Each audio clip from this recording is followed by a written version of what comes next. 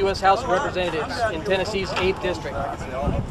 I'm not here today to speak for everyone who participates in the Tea Party activities. I'm here to address the statements made by Congressman Steve Cohen in regard to the protest that took place in Washington, D.C. on March 20th and the 21st.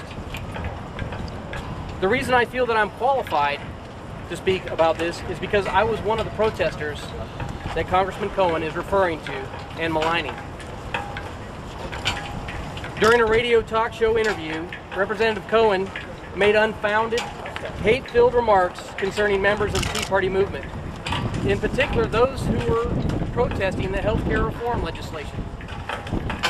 Congressman Cohen referred to those who protested as being members of the Ku Klux Klan and compared their efforts to a Nazi anti-Semitic riot that took place prior to World War II. I find it ironic that Congressman Cohen would use such a dishonest tactic to defame a swath of concerned American voters. It's ironic because he was unjustly attacked himself by his opponent, Nikki Tinker, in the 2008 primary election. Tinker attacked Cohen, accusing him of having ties to the Ku Klux Klan, despite the fact that Cohen himself is Jewish. It is my opinion that Representative Steve Cohen, by making these false statements about the Tea Party activists, has proven himself to be a bald-faced, lying hypocrite. By spreading these lies for political gain, he only fans the flames of hatred and violence.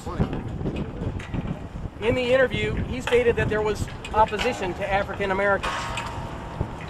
The entire time that I was there, I never once heard a racial slur being used, let alone being chanted by the crowd. Steve Cohen is using the race and diversity card in a blatant attempt to silence the message of the Tea Party activists at this event. Our message is simple, that our federal government has overstepped their authority by enacting this legislation. We feel that the results of such actions by the federal government will be to the detriment of our posterity, saddling our children and our grandchildren with debts that they'll never be able to pay. He declared that the activists showed very hardcore, angry side of America. He was right about that. We are angry. But there's nothing wrong with being angry. In fact, I'd like to quote a Bible verse, Ephesians 4:26, where it states, "Be angry, but do not sin." There is a big difference between anger and hatred. Representative Cohen also said that our anger was against diversity and an unwillingness to change or to see our country change.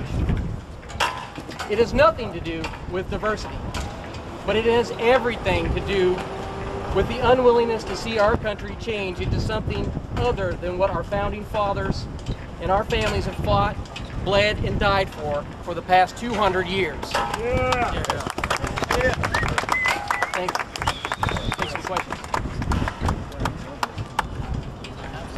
You said you were with the protesters? I was in D.C. protesting. Well, what happened? What happened is Saturday, 60,000 people showed up. Not a scrap of trash was left behind. They were respectful. They followed the law. Families were there. Mothers, fathers, children were there. They were all just stating their feelings of what they felt about the health care reform bill, how they were shouting, "Kill the bill." And the only N-word that I heard was no, as in vote no. Were you actually with Cohen?